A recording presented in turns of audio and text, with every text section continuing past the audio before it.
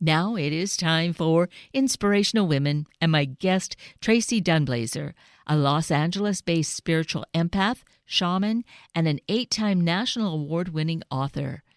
Tracee's latest book is Conquer Your Karmic Relationships, a guidebook of sorts with stories and information about, well, really ourselves and the relationship we have with everything and everyone around us, and how to be much more self-aware and evolve in our own life's journey. Tracee Dunblazier, good morning, and thank you so greatly for being with us today.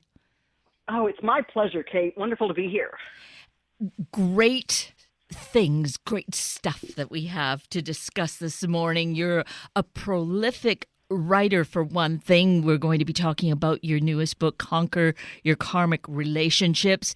And we're going to be talking, too, as our stream of consciousness and in terms of your work as an intuitive and as a shaman, which really feels so comforting and enveloping. So as we get started, we think about your book and your work, Tracee. Karma comes into it. And I think many of us might have a kind of skewed or not good, clear understanding of karma. So maybe we could start with the meaning of that. Of course. So, well, it's interesting when with the buzzword karma, people always think of that as some sort of immediate punishment for your bad acts. And it is not that. It is not about punishment and reward. Karma is actually a Sanskrit word that means action and reaction. So the concept is that for whatever action you take over time and space, there's a ripple that's sent out. And when you take many actions, there are many ripples that have a wave effect of energy through time and space. And so if you're a person who believes in past lives, then it's kind of how we explain luck in certain lifetimes, or people who just constantly have bad stuff happen to them because they have created a pattern of having bad stuff happen to them, or it is necessary for them to understand the reactions to their actions. So I want to say one other thing to kind of clarify that is that when we, like, let's say if you take an action against someone, what's important for you and for them is that everybody in the situation have an understanding of the impact of those actions. And so when we talk about punishment and reward, the idea is really that eventually you will know, not that if you slap somebody's face, you're going to get slapped back, but more so you're going to understand how it felt for that person to experience what you did. You too will feel that. And so the karma that we're talking about are the patterns that are built up over time through many actions taken, habits, or what have you, that have an impact on what you attract to you and how you impact others. And so this can relate, as you mentioned just earlier, about potentially, people who would believe in past lives, and it could certainly evolve from there. And by the same token, it's this life. Everything that we are doing, the actions that we take, the thoughts that we have, the path that we're walking, right? Living. Right, the habits that we have. If we are a person who is hypervigilant all the time, let's say someone who has been victimized, that person goes through a period of time of being hypervigilant and cautious about everyone and everything, and often distrusting. And that creates a habit that when they finally grieve, they then have to change that habit of being hypervigilant, and they have to really trust that whatever information that they need, that they'll get in perfect time to keep themselves safe. All of this boils down to our amygdala in the center of our brain and our fight or flight. It's the way our body remembers to keep our soul in our body. That's what these imprints do, is they keep us alive. Mm. And it's kind of basic when you bring it down to that level. Yes, absolutely. It's I never thought of it as being quite so well, basic, so concrete. Right? Right, yes.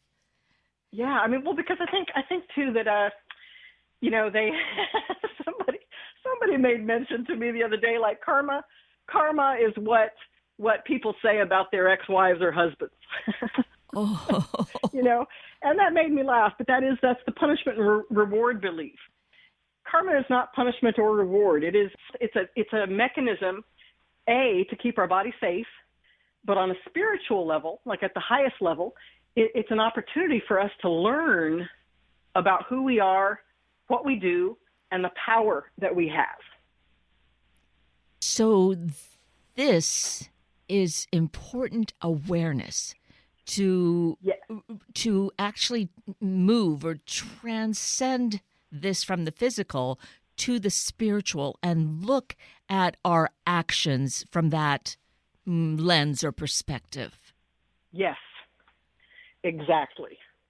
It gives us objectivity.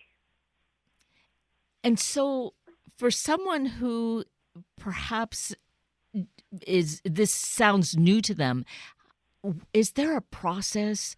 Maybe reading the book. I think that Conquer Your Karmic Relationships is somewhat of like a guidebook. So could we Yes. turn to the book for stories and guidance as to how to go through this?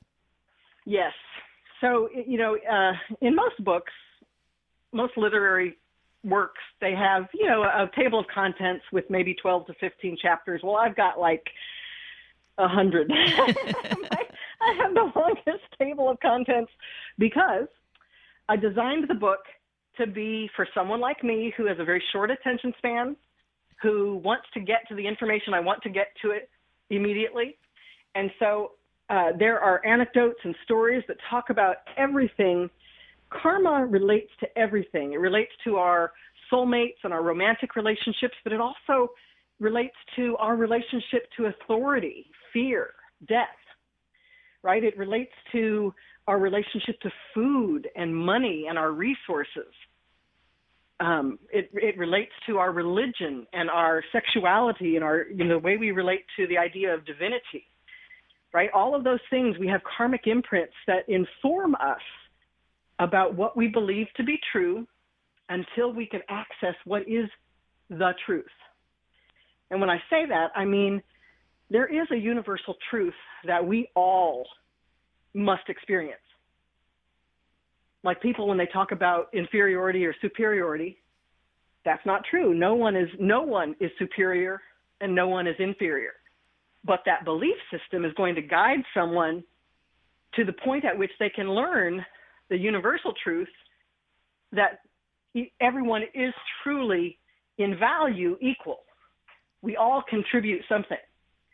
And once we're aware of that which we contribute to the whole, then we can stand in that. We can feel our power in that, right? And everything up into that is a struggle, right? A struggle to realize yourself. Right. And I remember some years and years ago, someone talking about this being like a very thin veil that you could draw across, and that's the difference between that kind of feeling. Let's take superiority and inferiority and just feeling just being. Yes. That it's Yes. just, it's a real mind shift. It is. It is. And in that mind shift, there is a uniformity almost, a uniformity of uniqueness, right? Because everybody can really, there's a whole other level of self-awareness, and there's a self-acceptance. And if there's self-acceptance, there can be acceptance of others. But everything up until a person gets to that place, it's all about conflict and struggle. It's about being a victim or being a warrior, one of the two. And everyone will be on both sides of that. There is not one person who's ever going to be on just one side. And that's what karma makes sure of.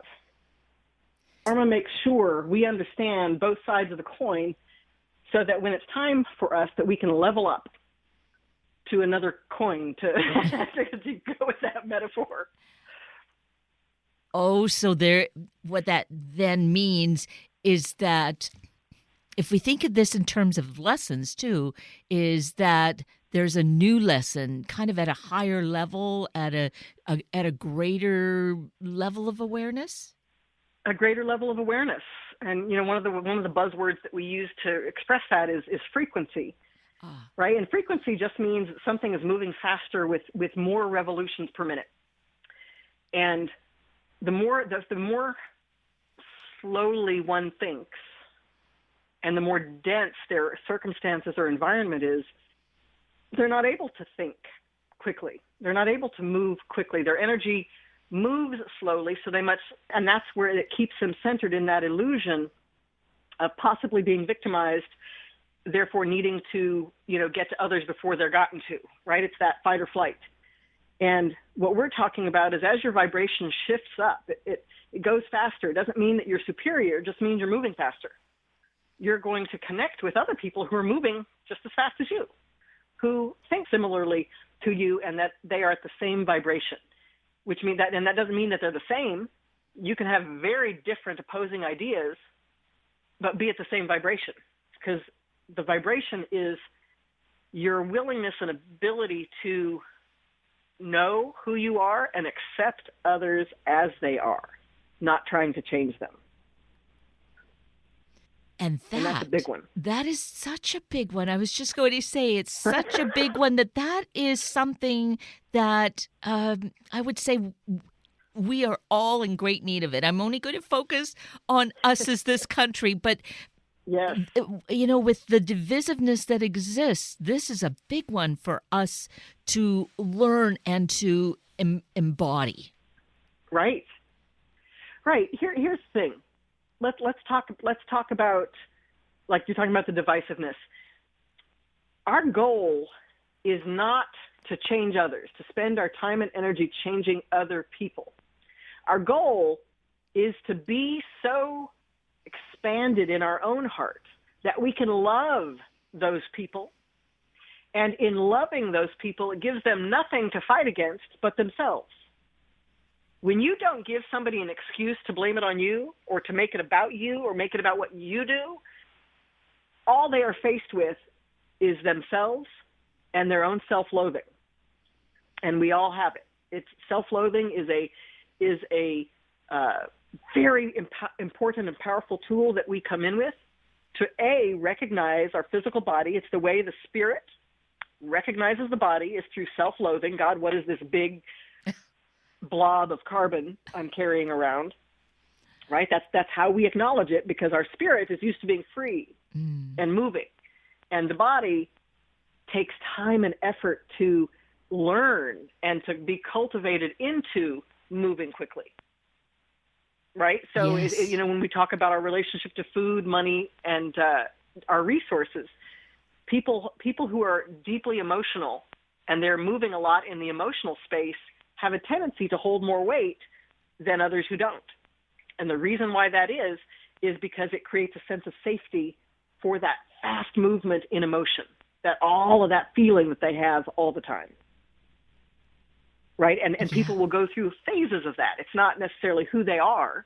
It literally is a phase you will go through. Now, people can go through a phase of that for an entire life or several lifetimes, right? Whatever the pattern is that they have. But at any point, they can recognize the pattern and change it up. So this is so key, is becoming aware, being aware and noting this. And in doing so, we can make these changes. We can raise that frequency. Yes. Yes. And it starts with self-acceptance. Or not just self-acceptance, of course, self-acceptance, but accepting things as they are. Right now, the world is in chaos on many levels. Accept that. You don't have to like it. Accept that you don't like it. Accept that it frightens you. Accept that it leaves you feeling powerless. Right? When you accept all of those things, you're like, oh, okay, I'm feeling powerless. So now what? right? The minute we can get past how we're feeling, we can say, now what? And spirit will always come through with now what? Your higher self, your creator, your God, whatever. Yourself, your heart will tell you now what, if you'll get there. And it comes back again to that awareness, knowing this so that we can be part of, well, the changes for ourselves, but absolutely multiply this by every single being on this planet. Yes. And the chaos could begin to dissipate. Absolutely.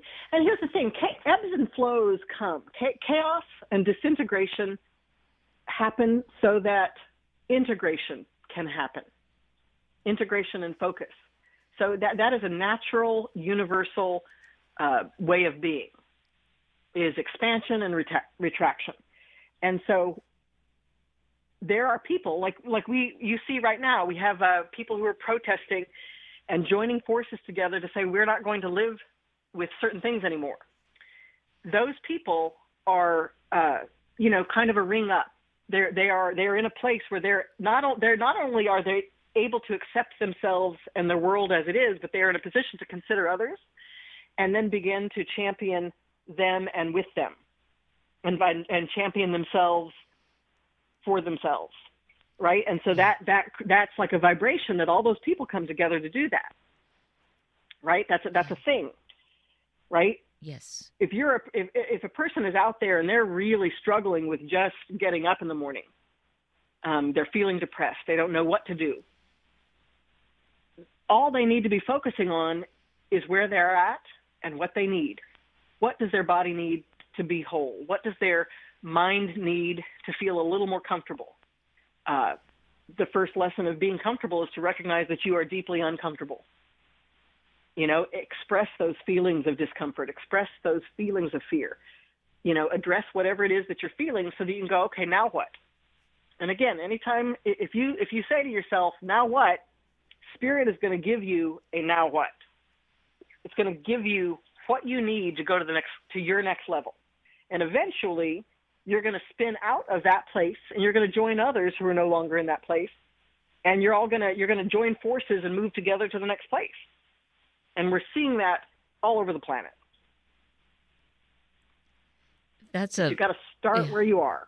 That is a beautiful way to explain it and express it so that we can grasp it for where we are at this moment. Exactly. Yeah. Exactly. It's all, every individual has the power they need at any given time, no matter what their situation looks like. And when you're in a bad situation, the power that you have is to go, you know what? This is a bad situation. Now what? Give yourself that out. Ask the question. Are you going to find out things about yourself you don't like? Of course you will. Nobody really likes themselves until they do. Right? You're not alone. Everybody got something. Right? This illusion of perfection, or this illusion that we all have to be happy. Happy is the willingness to go, wow, my life is so awful right now. I can't even take it. Right? But to be happy that you can recognize that. And illusion is a really powerful word because that's what it is around us. We are seeing these illusions. Yes. Yes, we are. Fear. Fear is a huge illusion. And again, fear comes up on a physical level to keep our body alive. And then what we have done, so you have your physical body, and then you have a layer of energy, which you don't necessarily see, but it is denser. It is thicker than other bodies of energy. It moves more slowly. It's called our body double. And it's the energy layer that holds the imprint, the energetic imprint of our habits or our beliefs. Like, I believe all people are X, and that's what's going to keep me safe, right? The lowest that we are is held in that body double to keep us safe. Our goal is to say, you know what, I am safe. I'm always safe, no matter who I'm around, no matter where they're at. I see people as they are. And if I see someone who truly does not have good intention for me, I can move away from the situation. I can move away before anything happens because I'm always safe. And if I'm always safe, I'm always going to be moved into safety. I'm going to get the information I need and be able to move with it. And that doesn't mean move against others. That just means move out of the situation. Move away, cross the street, go inside, go outside, right? There's multiple levels of the idea of being safe. So the most basic one is our physical safety. Then we have our emotional safety, right? So Yes. Emotional safety has a lot to do with how we see ourselves and the illusions that we believe about ourselves. I believe I'm right or I am wrong, right? Those are both illusions because everything is just what it is. It's not right or wrong. You may not like it, and therefore you won't do it again, right? That's what we call being wrong and then being right. Yes. Right? Yes. So as we make that transition into there, everything has two sides, and if we can understand it as a whole and the need for both elements, we can get what we need and keep moving. And that's what every individual is having to do. And one thing about the pandemic is it made us. It said, you know what, you can't go anywhere. You can't anesthetize yourself with all the things that you were doing before. And I'm going to create such a situation that you're going to deal with whatever fear you have. It is going to come up now. If you had latent depression, if you had anxiety, well, now I'm going to expand it so that you can see it and address it. Why is this here? What are you doing? What's happening? You know, most people figured out how much they didn't like themselves and sometimes how much they didn't like each other. We have, you know, these huge breakup rates and divorce rates in 1 year of people now being forced to deal with ways they were living that were not conducive to their being and their joyfulness and their health and their wellness, right? And that's all very positive, Mm-hmm. right? But it makes people let go of this illusion that marriage is forever, right? Well, Marriage is what you make of it. and there is the illusion of it being negative or bad, whereas pull that away and, well, it just wasn't what needed to be for me, and we move on rather than, yes, making it wrong. Right. Yeah. Exactly. You can you know, I think some probably really magnificent friendships were built in relationships in marriages where there may have been no friendship. There may have been all of this expectation, which is why when they were forced to deal with one another, they're like, oh, I didn't know that was where you were at, or I didn't know that was what you liked or what you wanted or who you were. You know, I didn't know that I wanted that. I didn't know that I liked that. I didn't know I needed that. Right? All of these self-realizations make people recognize how much harder it is to be compatible. Compatibility comes with acceptance. Like I accept that I like this, and I accept that you like that, and I accept that we won't be doing those things together. Right? But any illusion that people had about their intimate relationships, it was shattered for many people. And for many other people, it reinforced who they felt themselves to be. And it challenged them to understand compromise on a whole other level. When you talk about karma, someone's willingness and ability to compromise is a huge karmic character trait. Your ability to flow with how things are going at any given time, that's a pattern. That's a pattern that you were born with or you weren't. And if you weren't, you have to cultivate it. And if you were, you know, chances are you may have to learn how to set boundaries because you go with the flow all the time and sometimes go with the flow that you don't want to go with because you're not used to saying, you know what, no, I don't want to do that. right? So Yes. it doesn't matter what side you're on. There's something for you to get out of it. So I feel then, just as you're expressing all of this Tracee, it feels really great. Seeing how our life is this experience of lessons that we're here to learn, and we may have forgotten that that's what our life here on this planet is. This pandemic has, I think, put us in that position to really notice that, if we will notice it. Yes. But it's given us that opportunity. Yes, 100%. And this pandemic life is your opportunity to recognize all you're capable of, and that you are powerful in all situations, if you will claim that. That's what I want to leave people with most, is that we are all powerful. Whatever situation you're in, you're powerful in it. So look for that. Look for why that's true. That is so great. Along with your question of, what's next, that is so, or now what, that we, Now what? Now what? Now what? The answer will come because we are expressing that we're ready for whatever Right. it is to come.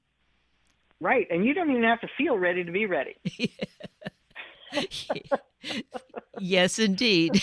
So be ready for that. Exactly. Oh, my goodness gracious.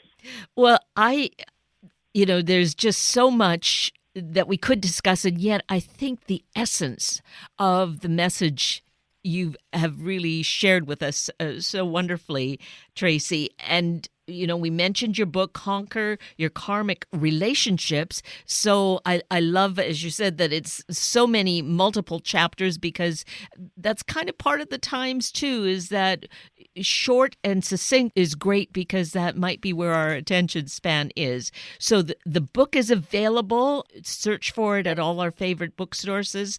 And Yes. of course, let's mention your website, because that also has so much valuable information. Absolutely. TraceeDunblazier.com. That's TRACEE Dunblazier, DUNBLAZIER.com. And you'll get everything that I do. You'll find it there, and find all of my social media. And I love it when people reach out. I want to hear from you. I love it when people get the book and they send me book selfies, because it's so important to be a part of. When you this book comes from the Demon Slayer's Handbook series. It's the third in a series, and you become #be a slayer. You become a slayer when you become a part of this movement. That means you're owning your power. You are owning who you are and who you were meant to be, who you're becoming, and accomplishing our life purpose. Yes. Right. Oh, Yes. It's so wonderful. It's really energizing and exciting. And Tracee Dunblazier, I just can't express how grateful I am to you for taking time with us and doing the work that you're doing, because it really has opened up, I believe, new horizons for all of us. Thank you. That's beautiful to say. I love it. Now, it's our Sunday morning shout out for the Teddy Bear Patrol. For 32 years and counting, Bartell Drugs and Warm 106.9 have proudly partnered together, along with employees and customers, to collect teddy bears to support local children in need. Through this program, Operation Teddy Bear, customers have the opportunity to purchase a teddy bear at their neighborhood Bartells and place it in a bin at the front of the store. Every bear purchased through March 27th will be matched by Bartells. What happens to the bears after they've been collected? Well, Catherine and the Teddy Bear Patrol distribute them to a wide network of hospitals, local police and fire departments, EMTs, local shelters, schools, and many more places. These bears are at the ready to comfort a local child who's faced a traumatic or difficult experience. This includes a child who's had to make a visit to the ER, just experienced a car accident, or been faced with a difficult medical issue. Over the years, Bartels has had the opportunity to help more than 30,000 kids in the greater Puget Sound area. In 2020, we exceeded all expectations and collected over 36,000 bears. These bears can positively impact the lives of many. They not only help children, but they also help the caregiver of those children. This program creates a strong ripple effect. All Bartels locations are participating in the donation drive through March 27th. Simply visit your neighborhood location, purchase an official teddy bear for just $8, and Bartels will match the contribution bear for bear. And with that, we're at the end of a very full hour of Inspirational Women with Tracee Dunblazier and Sunday Morning Magazine with Dr. Diana Handel. I'm Kate Daniels, your host, and I greatly appreciate your sharing this hour with me and these special guests. For details you might have missed or information you'd like to know, please just send me an email, kated@warm1069.com, and I'll get right back to you. Also, if you'd like to listen again or share these important stories with your family and friends, find the podcast on our Warm 1069 webpage. Just click on the podcast tab, then either of the show names, and then look for the guest names. I now wish you and your family a day of growing self-awareness for holistic healing in our life's journey.